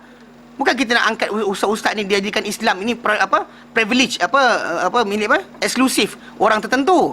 Tapi anda tak belajar, tanyalah orang yang belajar. Ni kadang-kadang ada orang tu, Islam ni bukan milik ustaz je. Kami pun ada hak untuk belajar. Belajarlah. Tinggalkanlah kerjaya, kejap pergi belajar. Tak nak belajar. Kan sayang, takut nanti kan duit gaji tak ada, dia kata. Terpulanglah. Tapi asasnya tadi kalau betul anda nak belajar, belajar. Bukan tajuk dia kita kata Islam ini bukan eksklusif untuk orang tertentu. Tapi syarat dia siapa yang nak bercakap, sila ambil daripada sumber dia. Bukannya suka hati je. Kan baca internet 3-4 patah dan sebagainya, lepas tu ada Quran translation bahasa Inggeris. Dia pun start A'udzubillahi minasyaitonirrajim. Mana boleh macam tu kan? Tak dibenarkan, Islam tak boleh macam tu. Bahaya. Bahkan banyak tersesat dengan sebab macam ni. Faham Baik. B. Mentaklid orang-orang berilmu dan beribadat. Ini masalah ni. Taklid orang berilmu dan beribadat. Mana ahli ilmu dan ahli ibadat. Ahli ilmu dan ahli ibadat. Ini actually ini ada ruang dia kata yang agak-agak loose sikit. Allah Ta'ala sebut dalam Quran. Allah Ta'ala nyatakan dalam surah Taubah ayat 31. Allah Ta'ala nyatakan a'udzubillahi minasyaitonirrajim. Ittakhadhu ahbarahum wa ruhbanahum arbaban min dunillah wal masih ibn Maryam.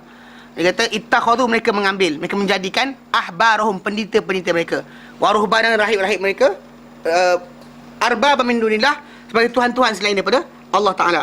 Sebagai tuhan-tuhan sebagai selain Allah Ta'ala. Bukan pendidik ni sebenarnya. Terjemahan salah. Pendidik bukan pendidik. Pendidik pula. Dia bukan pendidik, Tuhan-Tuhan. Sebab apa Tuhan-Tuhan? Balik pada hadis Nabi. Pasal Nabi SAW, hadis ni datang bukan pendidik-pendidik, Tuhan-Tuhan. Ada pendidik-pendidik. Ini terjemahan salah. Sebab apa? Sebab apa? Sebab hadis Nabi SAW. Hadis Nabi dalam Sunan At-Tirmidzi dan juga Ahmad datang Adi bin Hatim. Ini ada soalan. Bila ayat ni turun, salah seorang pendeta pendeta Nasrani, rahib Nasrani, nama dia Adi bin Hatim. Dia jumpa Nabi SAW. Dia jumpa Nabi. Dan ketika dia jumpa tu, dalam riwayat yang datang dalam satu riwayat sebut, datang tu salib emas ada kat dada dia. Masih lagi kat dada dia salib emas. So jumpa Nabi SAW, dia kata, ya Muhammad, dia kata, engkau kata kami, itu ahli kitab ni, mengambil pendeta-pendeta kami. Mana pasal bagi orang-orang ahli kitab, yang kalau Yahudi, orang paling bagus yang diikuti di sisi mereka adalah pendeta, ataupun disebut sebagai ahbar. Gelaran ahbar. Bahkan dalam tajuk ni, pendeta ni actually satu lafaz yang digunakan untuk orang yang alim kitab. Kita pun dulu ada pendeta Za'bar. Soalan, kenapa pendeta Za'bar dipanggil pendeta Za'bar? Ni masalah dia sekarang. Pendeta Za'bar tu yang jalan kat Taman Tun ni, dia jalan Za'bar. Okey, kenapa dia dipanggil pendeta Za'bar? 5 saat dari sekarang. Sebab dia masuk gua? Tak. Sebab dia ni, kan bahasa Melayu kita pakai sekarang, yang makan, memakan, dimakan, termakan, dia susun. Dia lah orang yang menyusun bahasa Melayu. Sebab kenapa dipanggil dia pendeta Za'bar? Pasal dia pandai sangat bahasa Melayu, sampai dia yang ditugaskan untuk menyusun tata bahasa Melayu ni. Tahu tak? Tak tahu. Hanya ada orang tahu dan tak tahu kan. Jadi dipanggil dia pendeta sebab itu. Dia alim sangat. Dalam Islam sendiri, Ibnu Abbas digelar sebagai Hebru hadha ummah, pendeta umat ini. Pasal dia alim sangat dengan kitab, maka digelar dengan gelaran berkenaan. Jadi orang-orang Kristian pula sebaliknya, orang yang paling bagus dalam agama mereka adalah rahib, priest, yang dikatakan tak nak kahwin, devote diri duduk dalam gereja dan sebagainya, peace loving preacher lah orang kata kan. Jadi orang ni dikatakan orang paling baik. Jadi Adi bin Hatim jumpa Nabi SAW. Ni pasal nak betulkan balik perkataan, bukannya pendidik pasal Tuhan.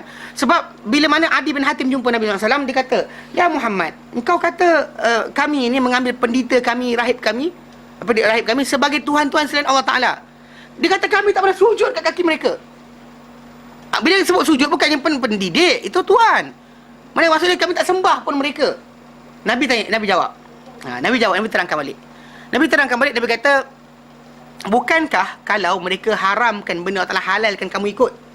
Dia kata betul. Dan bukankah mereka haramkan benda Allah Ta'ala halalkan kamu ikut? Dan bukankah mereka halalkan benda Allah Ta'ala haramkan kamu ikut? Dia ada opposite lah. Apa Allah Ta'ala halalkan, mereka haramkan. Apa benda Allah haramkan, mereka halalkan. Kamu ikut mereka. Dia angguk. Bila dia angguk, Nabi kata apa? Itulah ibadat kamu kepada mereka. Itulah ibadat kamu kepada mereka. Pengabdian diri kamu kepada mereka, itulah dia. Sebab apa? Sebab asas dalam Islam ini, kita dalam agama samawi, halal dan haram tadi hak mutlak milik Allah. Menghalalkan dan mengharamkan adalah milik Allah Ta'ala. Yang Allah Ta'ala halalkan ini, haramkan ini, bolehkan ini, tak bolehkan ini, itu hak milik yang utama pada dia. Pasal dia yang memiliki alam ini, dia menentukan syariat, bukan kita.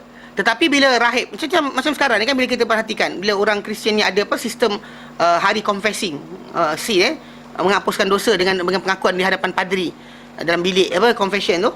Benda tadi bukan baru, bukan datang dalam Bible pun. Bahkan tak diajarkan dalam apa Taurat atau Injil. Bahkan benda tu tadi dibuat oleh salah seorang Pope Gregory ke berapa, yang ke berapa tapi tahun 1000 Masihi.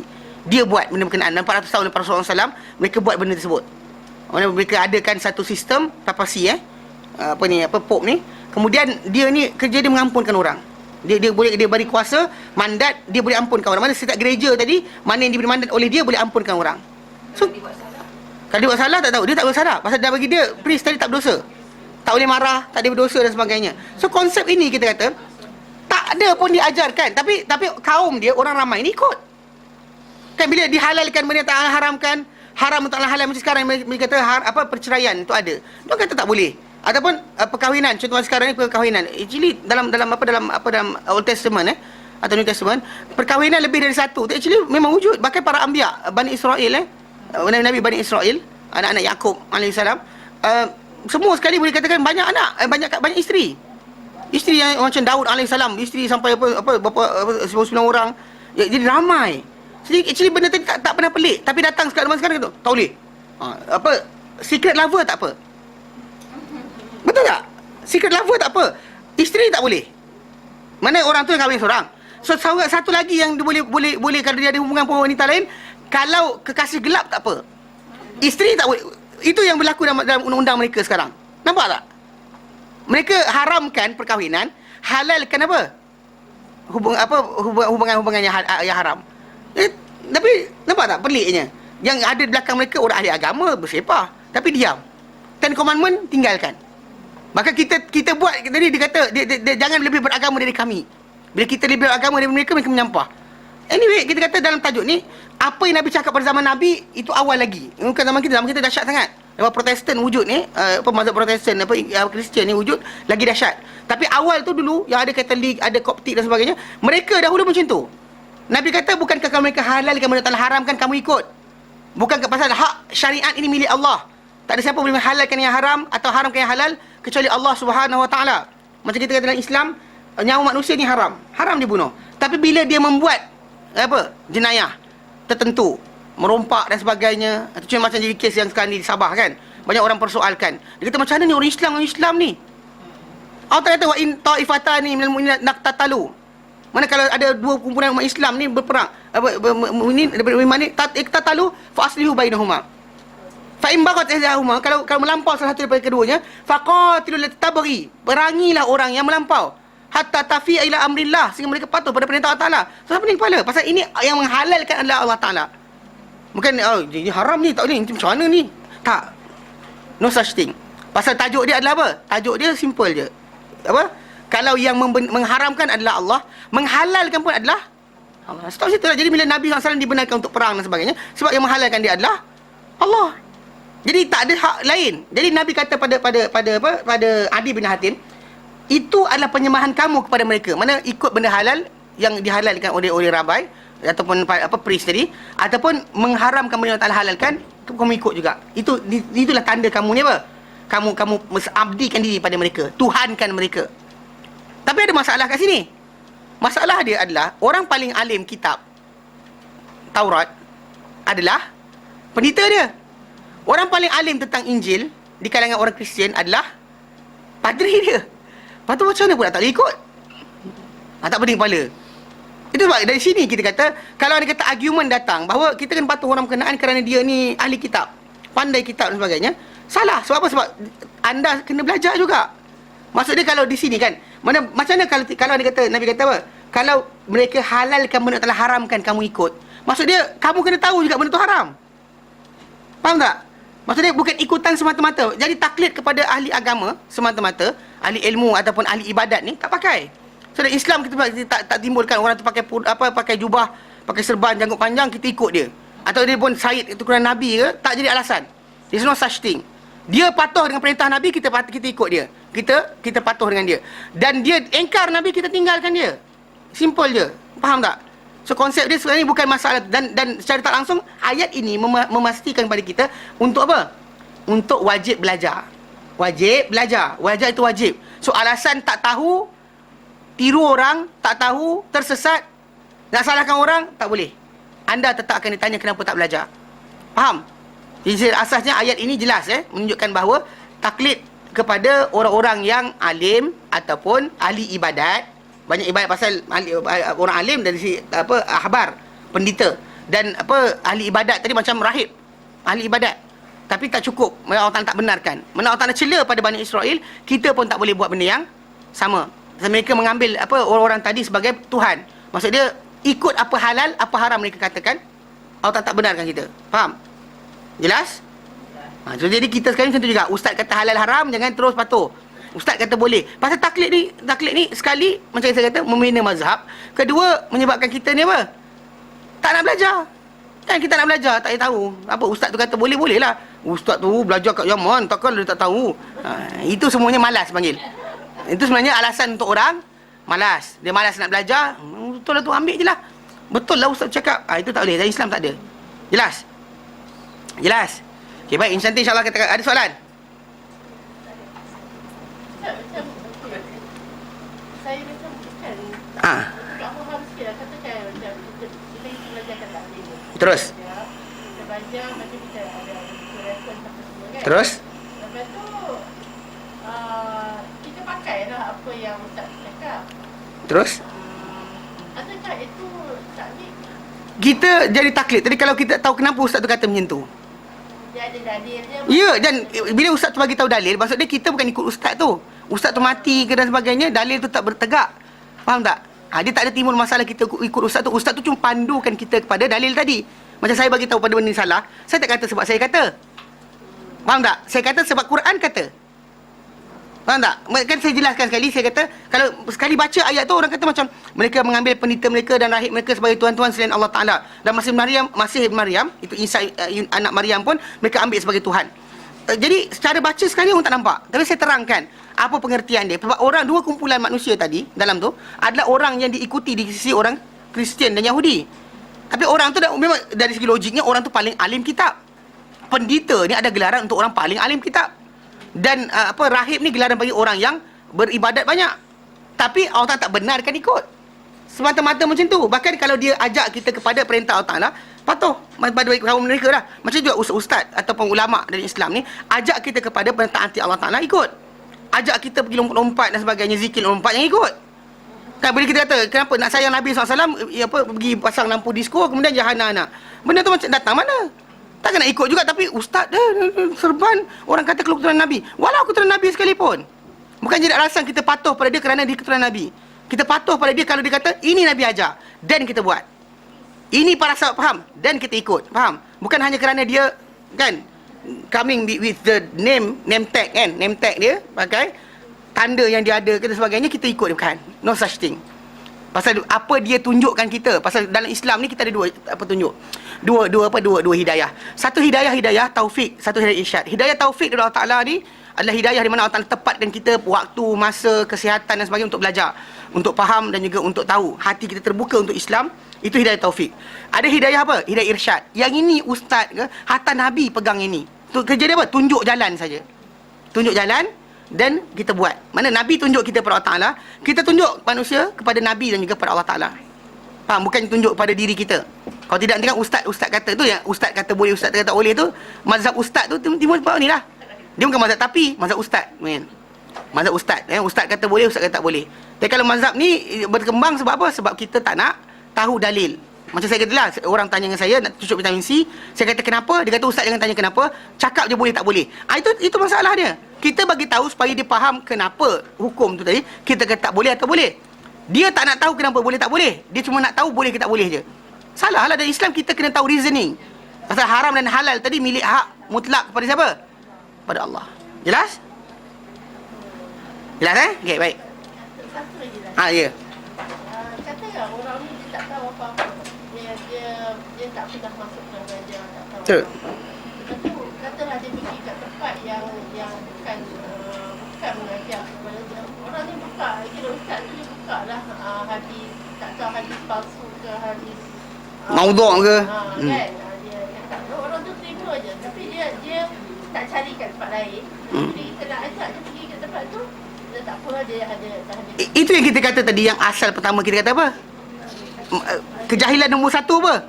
Batalkan, abaikan panca indera. Ada telinga tak nak dengar, ada mata tak nak lihat, ada akal tak nak fikir.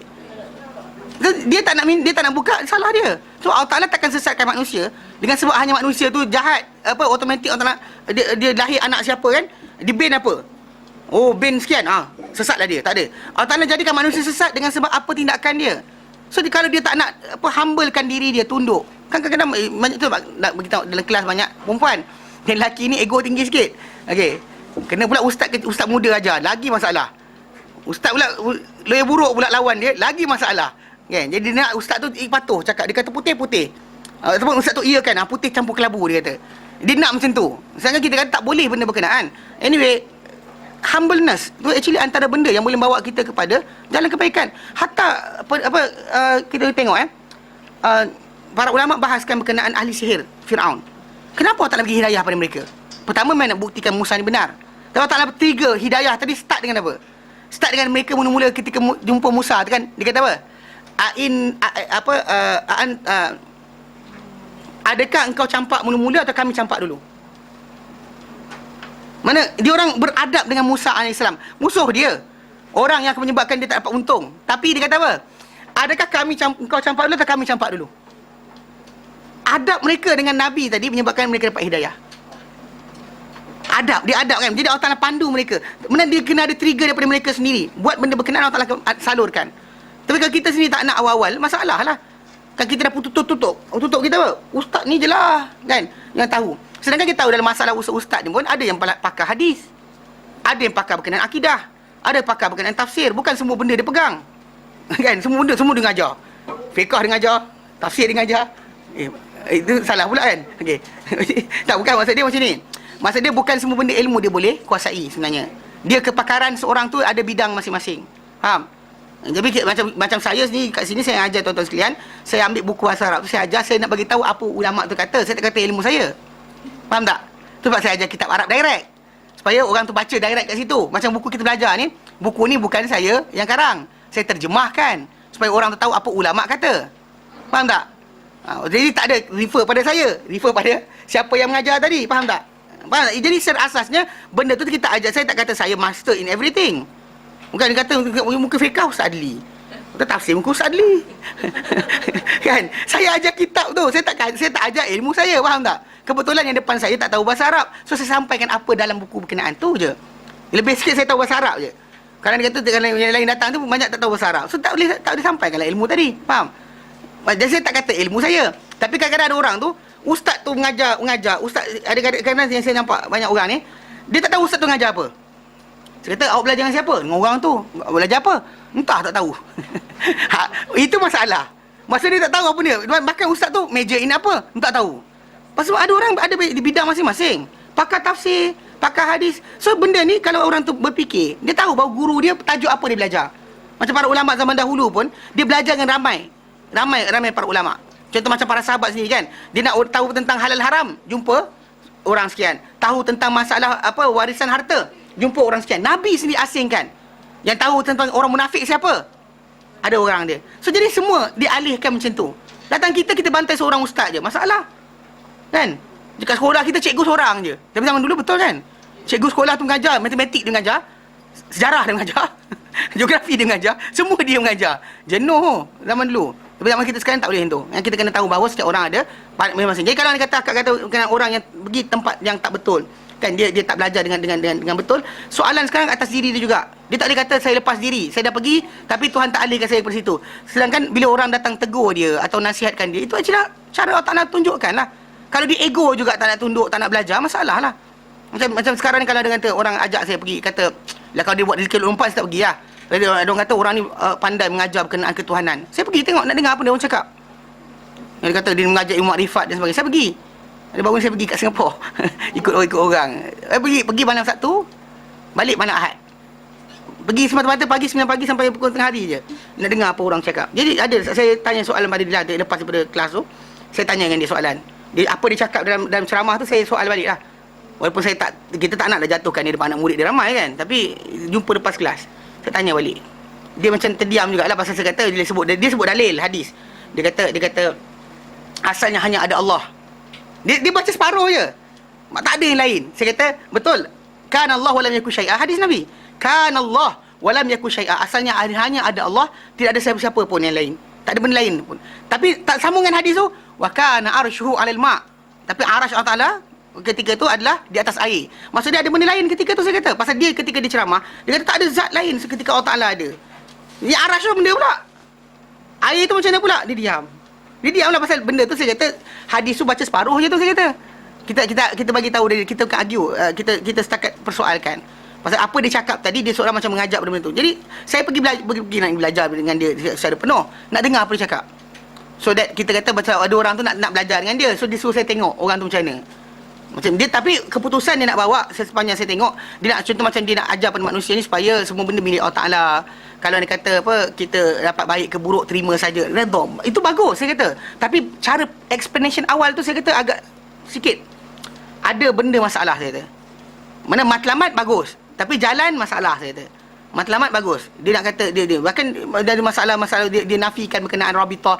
Dia kata bila ada orang tu kata nak kena kenal Tuhan ni kena ikut guru, bayangkan guru dan solat, dia kata mana boleh, dia kata syirik. Ni ada orang tu zaman Arkam kan, dia nak semayang, tengok gambar guru dia, Allahu Akbar. Pasal guru dia sampai guru dia sampai guru dia baru sampai Nabi. Actually macam tu. Dia kefahaman dia macam tu. Salah. Dia kata salah. Tarikat pun salah. Dia ni. Pasal bila saya argue dengan dia kata hilang. Dia kata saya ni ngajar ni sebenarnya nak tarik orang tarikat ni yang salah-salah ni supaya betulkan balik tu je. Dia kata. Pasal tak nak jadi dia nak jadi wali dan sebagainya, nak semua doa dia makbul. Sedangkan kita ni hamba, dia kata. Takkan kita berkuasa atas Allah Taala. Allah Taala nak berikan dia ke hak dia, dia kata. Kita bukan hak kita untuk menuntut Allah Taala. Ini cakap-cakap dia. So point tu bagus. Saya kata dia point apa yang ustaz cakap ujung ni bagus, tapi awal tu saya kata ada masalah. Berkenaan zat dan sebagainya, cara penjelasan ni tadi agak tricky sikit saya kata. Ini benda ni ikut dalil saya kata tak kena. Apa cakap tak kena saya kata. Dia jumpa jugalah. Walaupun kita sebenarnya kita tahu pun dia masalah tajuk, kita tak perlukan pada dia. Tapi ada orang nak pergi belajar dengan dia, saya kena terangkanlah supaya orang tu faham. Faham tak? Jadi secara asalnya kita tak boleh kata kita master in everything. Pasal zaman masyarakat kita sekarang ni banyak orang yang tersesat sebab itulah. Dia ikut guru tu je. Semua guru tu seorang, tak boleh. Kena tambah ilmu kita, belajar daripada berbagai guru. Lebih lagi dah masalah ilmu Islam ini, ada orang pakar tafsir, pakar hadis tu, kelas kita kat Yayasan Taklim ni banyak untuk itu. Bukannya kita sengaja nak supaya orang semua datang sini pergi tempat lain, supaya belajar. Pasal dia apa? Ada orang tahu benda ni. Yang tak belajar akidah belajar sini. Ini tafsir belajar. Ini kalau tak ikut seorang ustaz je. Ustaz Adli punya kelas je dia pergi. Tak boleh, pergi kelas lain sekali. Kan? Itu salah, faham? Maksud itu sebab kenapa kita banyakkan kelas, supaya orang tu pergi semua kelas. Kan banyak kosong-kosong supaya belajar, dapat berahmat dan juga keberkatan serta diampunkan dosa oleh Allah Subhanahu Wa Taala. Ini cara kita dapatkan ibadat sebenarnya. Bukannya kita suruh orang ikut ustaz-ustaz seorang je, tak boleh. Belajar banyak ustaz. Pasal ada orang pakar berkenaan ilmu apa dakwah non muslim. Ada orang pakar berkenaan dengan tajuk sekian. Ikut, belajar. Dan masa kosong tu belajar, bukan tengok cerita Korea. Okey. Jelas Baik, kita berhenti kat sini. Wallahu a'lam. Wa sallallahu ala sayyidina Muhammad wa sallam alhamdulillahi alamin. Subhanallah, asyhadu an la ilaha illa anta astaghfiruka wa atubu ilaik. Wassalamualaikum warahmatullahi taala wabarakatuh.